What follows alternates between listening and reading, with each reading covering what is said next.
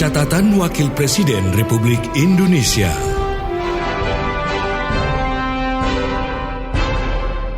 Wapres harapkan pemilu 2024 tidak menimbulkan polarisasi sosial tajam di masyarakat.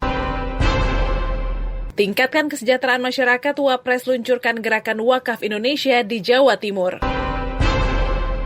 Wakil Presiden Maruf Amin menghadiri pengukuhan putrinya Siti Nur Azizah sebagai profesor di Universitas Negeri Surabaya. Inilah rangkaian kegiatan Wakil Presiden Maruf Amin yang terangkum dalam catatan Wakil Presiden RI bersama saya, Mutia Febriani. Catatan Wakil Presiden Republik Indonesia.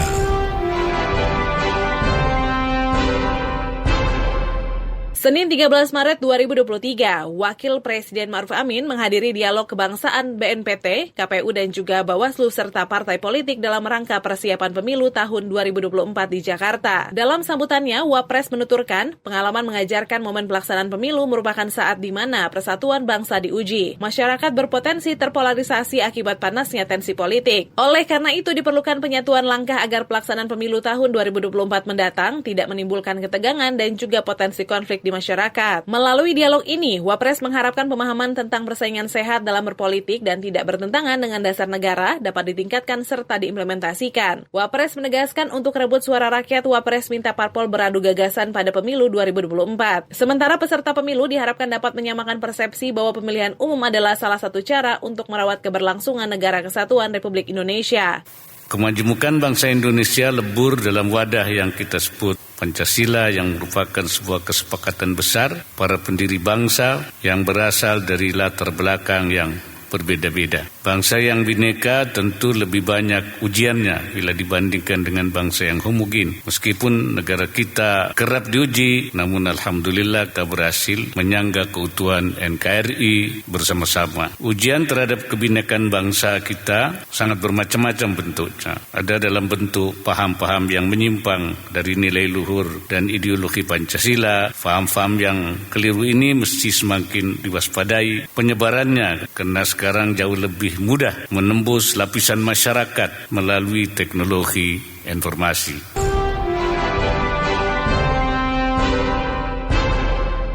Selasa 14 Maret 2023, Wakil Presiden Maruf Amin menghadiri penyerahan penghargaan Universal Health Coverage atau UHC kepada pemerintah daerah secara virtual. Dalam sambutannya, Wapres menuturkan memberikan apresiasi yang tinggi atas berbagai upaya dan juga kerja keras pemerintah daerah yang konsisten mendukung program Jaminan Kesehatan Nasional atau JKN sebagai salah satu program prioritas nasional, terutama dalam mengintegrasikan jaminan kesehatan daerah ke dalam program JKN serta meningkatkan kualitas pelayanan dan perlindungan kesehatan bagi masyarakat. Sebagai salah satu program strategis nasional sejak tahun 2014, JKN telah menjadi tonggak revolusioner dalam penataan layanan kesehatan masyarakat di Indonesia. Adanya program JKN ini terbukti membawa dampak positif, terutama dengan terbukanya akses dan juga meningkatnya pelayanan kesehatan kepada seluruh masyarakat. Beberapa hal yang penting. Pertama, pemerintah daerah saya minta dapat mengambil peran lebih penduduk rentan ke BPJS Kesehatan, antara lain para penyandang disabilitas, warga lanjut usia, dan masyarakat terlantar. Saya mengapresiasi komitmen penyediaan anggaran daerah untuk membayar iuran jaminan kesehatan. Pendanaan yang kuat akan menjamin keberlanjutan program secara berkesinambungan. Kedua, pemerintah daerah perlu memastikan seluruh pemberi kerja di wilayahnya untuk mendaftarkan pekerja dan anggota keluarga sebagai peserta tanpa kecuali, serta mendorong penduduk pekerja informal yang mampu secara finansial untuk mendaftarkan dirinya dan keluarganya dalam program JKN. Sesuai regulasi, seluruh pemerintah daerah tidak diperkenankan mengelola sendiri jaminan kesehatan yang manfaatnya sudah jelas dijamin dalam program JKN. Selanjutnya saya berharap pemerintah daerah turut mendorong upaya peningkatan mutu pelayanan kesehatan melalui penyediaan fasilitas kesehatan termasuk SDM kesehatan, sehingga masyarakat dapat mengakses layanan kesehatan yang berakhir BPJS Kesehatan agar terus meningkatkan kualitas layanan kepada seluruh peserta.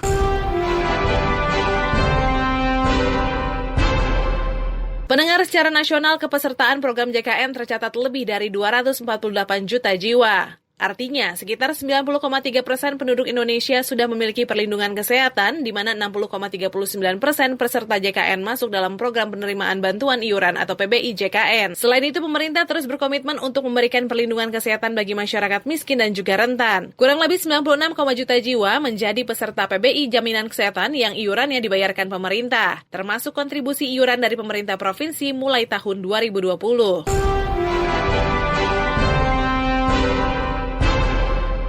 Selasa 14 Maret 2023, Wakil Presiden melakukan rangkaian kunjungan kerja ke Jawa Timur dan Nusa Tenggara Barat. Kunjungan kerja diawali di Jawa Timur sejak tanggal 14 hingga 16 Maret 2023. Agenda pertamanya menghadiri wisuda Hafizoh Pondok Pesantren Hamalatul Quran Putri di Jombang, Jawa Timur. Salah satu wisudawati tersebut adalah cucu Wakil Presiden Ma'ruf Amin, yaitu Selma Ratu Dewi Tanara. Selma adalah anak dari Dr. Ahmad Sauki yang merupakan putra ke-6 Wapres Ma'ruf Amin. Saat memberikan keterangan pers kepada media, Wapres sangat bangga santriwati bisa menyelesaikan hafalan Al-Quran dengan waktu singkat, yaitu sekitar 4 bulan saja. Metode penghafal Al-Quran ini akan dikembangkan di Jawa Timur, dan ini bisa menjadi peluang bagi penghafal Al-Quran di Indonesia, khususnya pria yang mana di Emirat sangat membutuhkan seorang imam masjid penghafal Al-Quran dari Indonesia. Dan saya sangat terharu, ternyata banyak sekali yang bisa dihasilkan, dan yang lebih menarik saya itu bisa orang hafal hanya dalam waktu 4 bulan. 4 bulan itu luar biasa. Ini kalau normal itu agak susah. Dan sampai 1 tahun bisa menguasai 7 qiraat sabah. Ini satu metode yang akan coba kita kembangkan. Mungkin nanti di Jawa Timur dan kita di nasional, dan akan menghasilkan, karena banyak masjid-masjid yang perlu imam. Bahkan kita diminta 200 imam di Emirat, baru terpenuhi 60. Jadi masih 140 lagi imam-imam yang hafidz, yang hafal Quran. Ini saya kira jadi pekerjaan besar ya.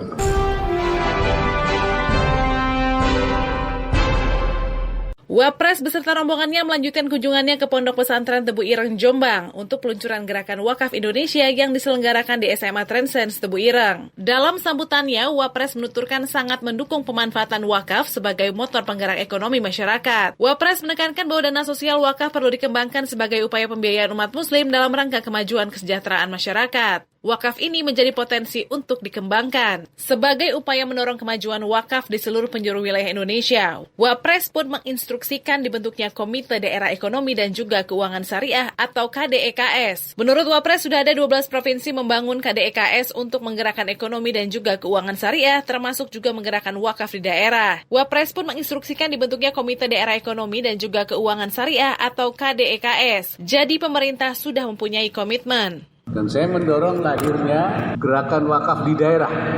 Sudah ada Riau berwakaf, Aceh berwakaf, Sumber berwakaf. Saya mau Jabar berwakaf, Jateng berwakaf, Jatim berwakaf. Ini jadi gerakan wakaf di daerah ini dikembangkan. Komite Nasional KNEKS pun sudah saya gerakan supaya dibentuk di daerah-daerah. Maka dibentuklah KDEKS, Komisi Daerah Ekonomi dan Keuangan Syariah. Sekarang sudah ada 12 provinsi ya, sudah membangun Komite Daerah Ekonomi dan Keuangan Syariah untuk menggerakkan ekonomi dan keuangan syariah, termasuk juga gerakan wakaf di daerah-daerah. Jadi pemerintah sudah punya komitmen.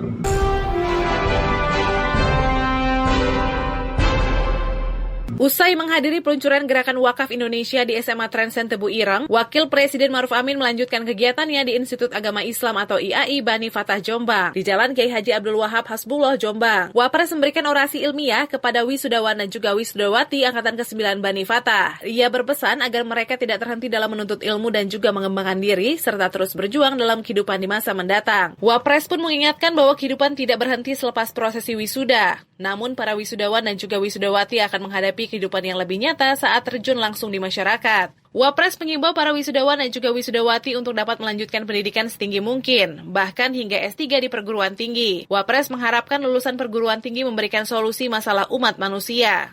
Ini menghadiri wisuda satu institut yang berada di pesantren. Pesantren ini sangat tua saya kira ya, dari mulai sebelum Mbah Wahab kan ya, dari sama tiga generasi. Jadi pesantren ini pesantren yang sangat tua, sudah menghasilkan banyak kiai dan ulama, dan ini salah satu produknya adalah S1 dari Institut Bani Fatah. Saya memang mengharap lahirnya generasi muda yang menguasai ilmu pengetahuan, baik ilmu pengetahuan agama maupun pengetahuan umum. Sebab kunci dari semua yang kita hadapi itu problem-problem kemasyarakatan, keekonomian, moralitas, dan juga tatanan kehidupan adalah kalau tersedianya sumber daya manusia yang unggul, yang menguasai ilmu pengetahuan, baik sains dan teknologi maupun pengetahuan-pengetahuan agama yang mendalam.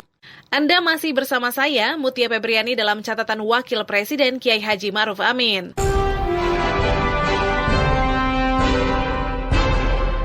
Hari kedua 16 Maret 2023 dalam kunjungan kerja di Jawa Timur, Wakil Presiden menghadiri rapat terbuka Senat Akademik Universitas Negeri Surabaya atau UNESA Jawa Timur. Senat Akademik UNESA memberikan gelar profesor kepada Siti Nur Azizah dalam bidang ilmu hukum bisnis halal pada Fakultas Ilmu Sosial dan juga Hukum UNESA. Profesor Siti Nur Azizah merupakan putri keempat Wakil Presiden Ma'ruf Amin yang memang aktif di banyak kegiatan, baik di bidang akademik maupun organisasi. Di kesempatan yang sama, Wapres juga meresmikan gedung laboratorium anti-doping milik UNESA.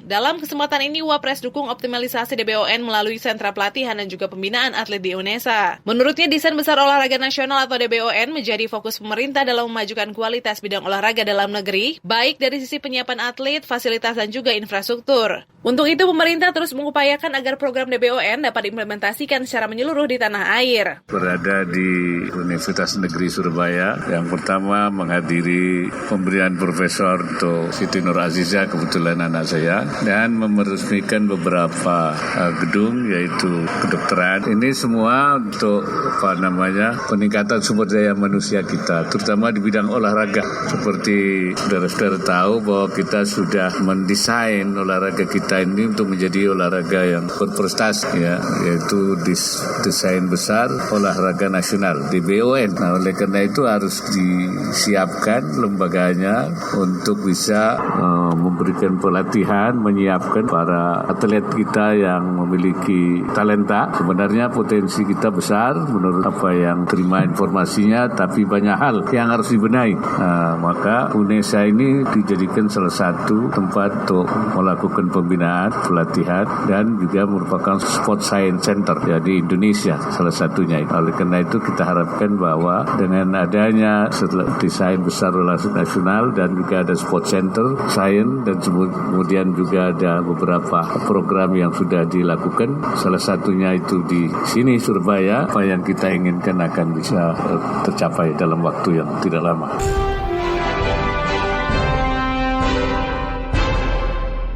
Sore harinya, setelah menghadiri acara rapat terbuka Senat Akademik Universitas Surabaya UNESA Jawa Timur, Wapres didampingi Ibu Wuri Ma'ruf Amin beserta rombongan terbatas melanjutkan kunjungan kerja ke Lombok, Nusa Tenggara Barat. Wapres lepas landas dari Bandara Internasional Juanda Surabaya menuju Bandar Udara Internasional Lombok menggunakan pesawat khusus kepresidenan Boeing 737-400 TNI AU. Usai menempuh penerbangan sekitar 1 jam, Wapres tiba di Bandar Udara Internasional Lombok. Selanjutnya menuju Kabupaten Lombok Utara untuk meresmikan kawasan Kurnain Sumadi Harga BRIN sebagai fasilitas riset dan juga inovasi produk halal berbasis maritim nasional. Saat memberikan sambutan, Wapres menuturkan Indonesia telah memiliki sarana dan juga prasarana untuk menunjang tercapainya tujuan tersebut, seperti pusat riset di bidang sains halal, pusat ekonomi syariah dan juga sains halal, dan tidak terkecuali para peneliti di sektor ekonomi keuangan syariah dan juga produk halal. Terkait pengembangan riset dan juga inovasi dalam rangka penguatan industri halal, terdapat 3 hal yang dapat kita dorong bersama, yaitu pertama, inovasi dan riset berbasis pada ragam kekayaan khas yang dimiliki Indonesia. Kedua, sinergi kegiatan riset dan juga pengembangan teknologi dengan kebutuhan industri. Dan ketiga, sumber pendanaan baru untuk riset dan juga inovasi dari sektor keuangan syariah. Dalam kesempatan ini, Wapres meminta BRIN kembangkan riset produk halal berbasis sumber daya lokal. Inovasi dan riset di bidang industri halal yang dikembangkan BRIN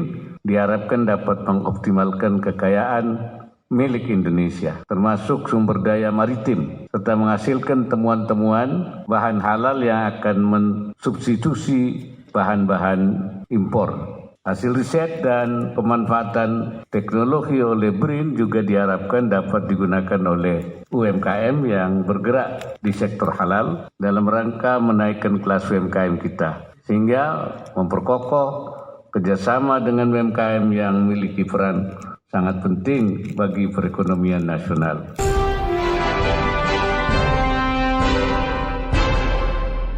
Di hari kedua di Lombok, 17 Maret 2023, Wapres menghadiri peringatan hari jadi ke-70 Nahdlatul Watan yang diselenggarakan di Pondok Pesantren Syekh Zainuddin. Dalam sambutannya di acara ini, Wapres menuturkan komitmen pemerintah dalam menjaga hubungan baik dengan organisasi kemasyarakatan sebagai mitra pemerintah dalam melaksanakan pembangunan nasional secara lebih optimal. Wapres menyampaikan apresiasi dan juga terima kasih kepada seluruh jajaran Nahdlatul Watan yang telah aktif berkiprah, utamanya di bidang pendidikan Islam, baik melalui warga yang berada di Indonesia maupun tersebar di luar negeri. Teladan dan kontribusi Al-Mahfurullah Maulana Syekh Tuan Guru Kiai Haji Muhammad Zainuddin Abdul Majid juga telah tercatat lama sejak Nahdlatul Watan didirikan tahun 1953. Maulana Syekh tidak hanya memungsikan madrasah yang dibangunnya untuk kepentingan pendidikan semata, tetapi juga menjadikan madrasah sebagai markas pergerakan kemerdekaan. Maulana Syekh adalah pelopor kemerdekaan bagi masyarakat Lombok sehingga dianugerahi gelar pahlawan nasional dari Lombok Timur. Ini juga merupakan bentuk komitmen pemerintah dalam menjaga hubungan baik dengan organisasi kemasyarakatan sebagai mitra pemerintah dalam melaksanakan pembangunan nasional secara lebih optimal.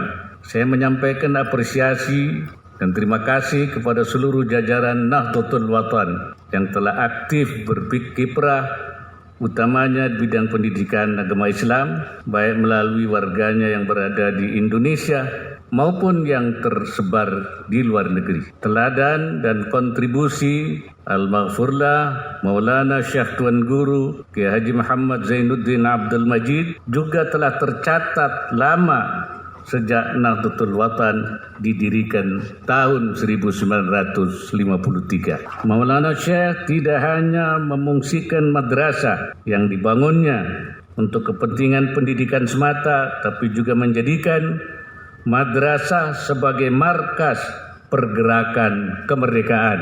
Maulana Syekh adalah pelopor kemerdekaan bagi masyarakat Lombok sehingga dianugerahi gelar pahlawan nasional dari Lombok Timur.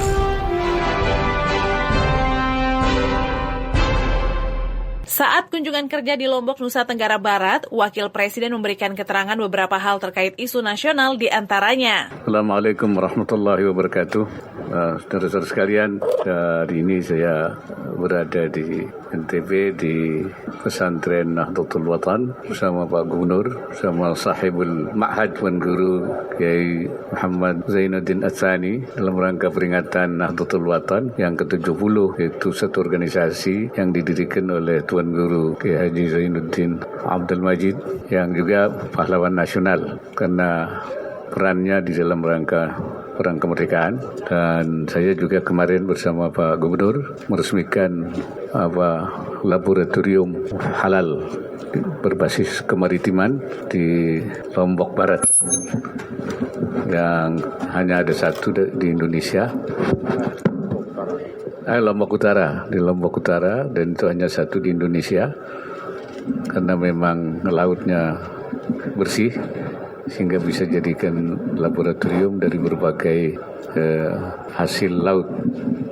Bahkan ada beberapa komoditi yang kalau di Eropa sangat mahal dan belum dibudidayakan oleh kita. Jadi saya juga mengharapkan bahwa adanya kerjasama antara laboratorium laut yang berbasis hasil laut yang berbasis kemaritiman dengan lembaga pendidikan di Lombok ini, termasuk juga Nahdlatul Watan yang punya banyak sekolah, bahkan punya perguruan tinggi dan dari berbagai fakultas, akan meningkatkan sumber daya manusia dan dalam rangka juga membangun Indonesia yang maju dan pembangunan yang berkelanjutan, ya, sustainable development yang memang menjadi bagian daripada program nasional kita. Baik, Assalamualaikum Pak Wapres, saya Ragil dari Radio El Sinta menanyakan 2 pertanyaan. Pertama, kasus Kanjuruhan, ada beberapa pelaku kasus Kanjuruhan itu divonis lebih ringan, sebagian masyarakat kecewa. Apa tanggapan dari Pak Wapres? Yang kedua, Ketua MK terpilih kembali Pak, masih banyak PR MK yang harus dilakukan untuk memperbaikan internal karena banyak oknum-oknum yang masih tanda kutip nakal. Apa saran dari Pak Wapres ke depannya agar MK ini masih dipercaya oleh masyarakat terkait dengan penegakan hukum? Terima kasih.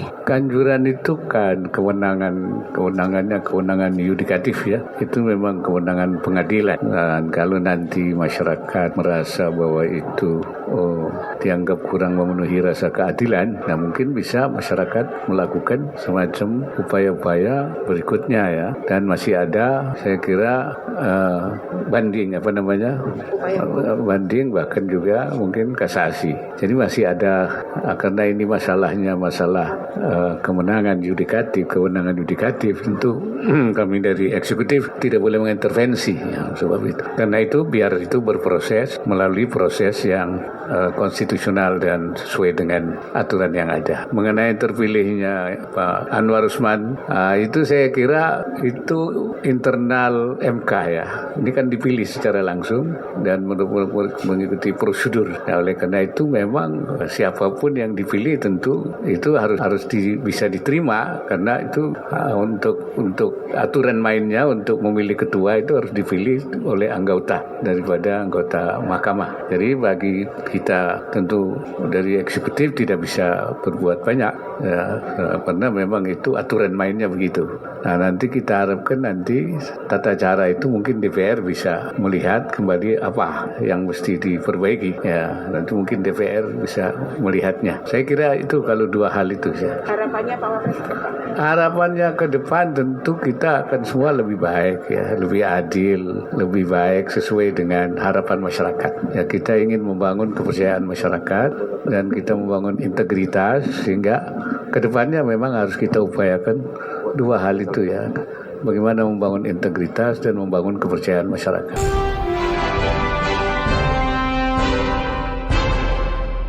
Demikian rangkaian kegiatan sepekan Wakil Presiden Ma'ruf Amin yang terangkum dalam catatan Wakil Presiden RI. Saya Mutia Febriani dan Ragil Lestari melaporkan.